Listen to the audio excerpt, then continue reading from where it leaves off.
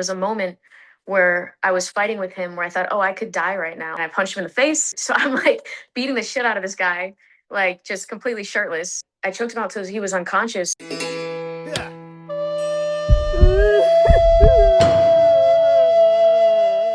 Hey guys, Rob here with McDojoLife, and the snippet of what you just heard was taken from an interview that I did recently with an MMA fighter who had a man break into her home. Let's hear what she has to say about it. Hi, I'm Nicholas Smith. I've been training since 2013. I've trained in judo, jujitsu, boxing, and currently I'm competing in MMA.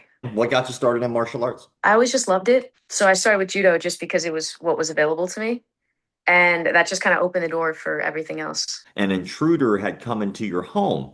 Yeah, Could you do me a favor and maybe just kind of like walk me through like what happened? I woke up in the middle of the night to somebody opening my bedroom door. The only reason I think I woke up is when he opened the door, the nightlight outside the door hit my eyes. So that was honestly probably the only reason I woke up. And I remember just seeing eyes looking at me and then a smile. And there's just a man like standing looking at me. And what went through my head was I was actually like, damn, I'm so tired. And I was like, all right, okay, I have to do this. I jumped up and I was like, what the fuck are you doing in my house? And he didn't say anything. And I punched him in the face. And he like backed up super fast. And I remember I pinned his arm down and I started hitting him. And he immediately started being like apologetic and trying to get away from me. And I realized that he was there because he wanted to do something bad, right? Obviously, you don't just like come into somebody's bedroom in the middle of the night. I didn't know if there was more than one person. So I was trying to end the fight really quickly because I didn't know if there was going to be like another person that was going to attack me or like stab me or, I had no idea why this person was in my house. Why were you tired? Why was that your first thought? Probably because that's my first thought every morning when I'm in camp. I was having my first amateur MMA fight like 10 days before this happened or 10 days after this happened. So I was like, technically, I was like physically peaking for a fight. So that was like the perfect time for somebody to break in. I started hitting him and eventually he started to fall and I swept his legs out and then I just choked him out. I choked him out till he was unconscious. But at the same time, I didn't want to kill him because one, I felt very dominant the entire time. There's no point that I was afraid in the physical exchange. I didn't want to kill him because I didn't feel like I had to.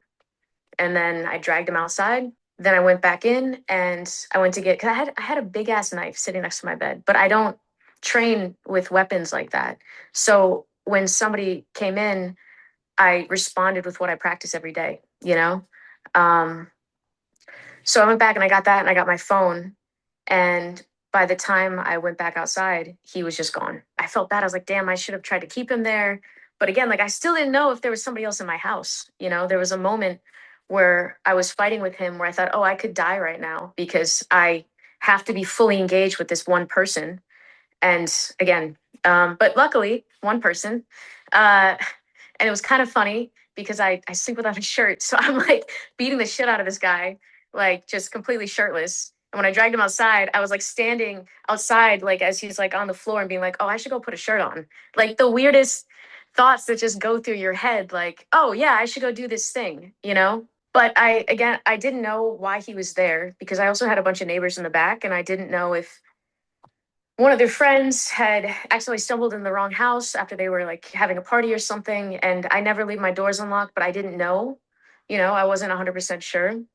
But then I found a brick outside and there was glass all over the floor. And yeah, as much as I responded well in the moment, I was so like combobulated afterward. I couldn't find my shoes.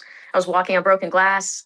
But like I train barefoot at Lobos, my gym, and the floors are kind of rough. And I think that's why I was like walking on broken glass, but like I didn't get cut. And I'm like, oh, that's great. Like training helped with that too. But yeah, it's a really crazy experience. I ended up like calling the cops. They took like 30 minutes to get there. And when they did get there, they found him like he'd crawled into this like back alley, like behind my house. And they arrested him. Like, why was he crawling into the alley? Oh, I think because I beat the shit out of him and choked him out. Like when they were arresting him, also I knocked the button off his pants, so his pants fell down. So when they were like, when they were like pulling him out, he just looked really dazed. Like he didn't look like he was present anymore. What did he look like? He was a big ass dude. I remember he had tattoos all over the back of his neck. I looked up the records. They give like an estimate, so he was somewhere between, I think it was 5'11" and 6'2", and like 175 and 195. And like I fight at 125 for amateur. Like I'll do 115 for pro. So I'm like, that is a lot bigger than me. He had used a brick to break into your home. So, Yeah. like, what did he smash in to break into your home? So the back door was like old LA glass. Like I probably could have punched through it. So he just broke through one of the panels and then just reached in and unlocked the door. Well, luckily he didn't use that brick during the attack. He sounded Yeah. like he needed it. Sounded like he didn't have any hands. Yeah. About how long was it before you went to court and what happened during court? I think it was maybe a month after. And they just had me wait in court till the case was called. But when they called the case, I remember waiting there for maybe 30 to 45 minutes.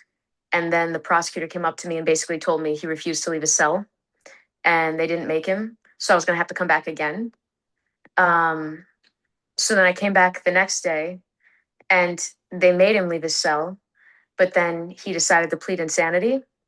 And I guess that's just something people commonly do if they don't want to be held accountable. The other thing I found out was he was facing 25 to life from something that had nothing to do with me. He was facing 8 years from what he did with me. And I couldn't look up what happened just because I think that's how the California system works. But he had multiple felonies and misdemeanors way before he broke into my place. Had you ever been in a self-defense situation before this? Not like that. Not like waking up in the middle of the night to somebody looking at me. Um, yeah, it was like probably 6 feet away from me. Um, so yeah, definitely not. Like, have you ever gotten into a street fight before or anything like that? Like as a kid, not as an adult. I haven't had Okay. somebody attack me as an adult. So the one time you needed it, you were prepared for it, well prepared for it, and it Yeah. winds up saving your life most likely, or Yeah. could have been worse. Yeah. What part of your training do you feel like was the most beneficial for you being prepared for this altercation? 100% sparring. I think if you don't spar for real, you don't know how to fight. That's my personal opinion. I think obviously drilling is very important, but if you never get put in a situation where somebody's pressing you or somebody makes you uncomfortable, you don't know how you're going to react. Um, I think specific martial arts, I mean, it took boxing to make him go to the ground. I mean, we're in a small hallway, so I had limited ability. I couldn't do some big judo throw in this small hallway. But jujitsu is 100%, I think, the best self defense techniques for one on one situations because, you see 250-pound guys hitting each other in the face over and over and nobody's falling. But you choke somebody out one time, that's it, right? You break their arm, they can no longer use that arm. So I would say sparring plus jujitsu is probably what I would say is the most useful. What advice would you give somebody in a similar situation? I think if you don't train, obviously the best thing to have is some type of weapon. And also be willing to use it. Because if you're not willing to use it, you're just giving somebody else the chance to take that weapon from you. In a situation where you don't have a weapon, if you have the ability to train consistently, even if you're not trying to go pro or even fight amateur, I think you just have to put yourself in uncomfortable situations. You have to spar, you have to roll, you have to you have to be able to know that you will respond if somebody surprises you versus just reacting, right? So ideally, people are going to train, but I know that that's not possible for everyone.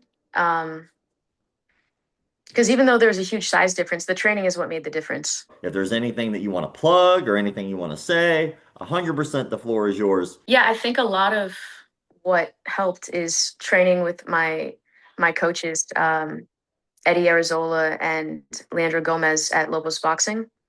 Just having that consistent help and that consistent training, I think that's what makes a difference. So even if somebody can't train 100%, just getting in every once in a while, I think would help them know that they're capable in a situation where they have to defend themselves.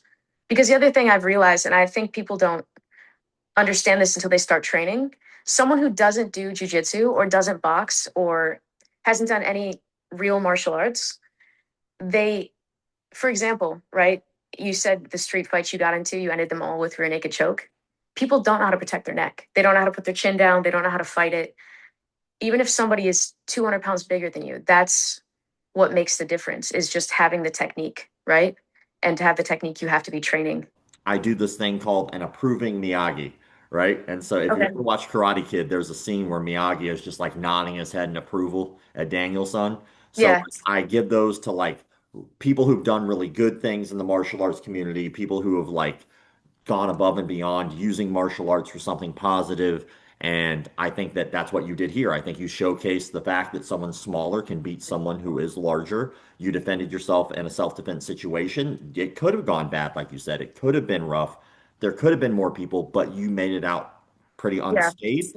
And Yeah. you attest that that was due to your martial arts training. So for that, you get an approving Miyagi. So Ah, So, wonderful. this brings us to the question of the day, brought to you by Perfect Sport. Perfect Sport is a supplement company. They are fantastic. They have some really delicious protein bars that I have every morning with my coffee. I think they're awesome. If you'd like to get a little discount, check out the promo code LEGIT15 to get 15% off any of your purchases at Perfect Sport. Have you ever been in a self-defense situation where you had to actually legitimately use your martial arts? Or maybe you yourself haven't had to do that. You know of someone who did. I'd love to hear those stories in the comment sections below. As always, thank you all for the likes, comments, shares, subscriptions, and memberships. Keep the martial arts legit.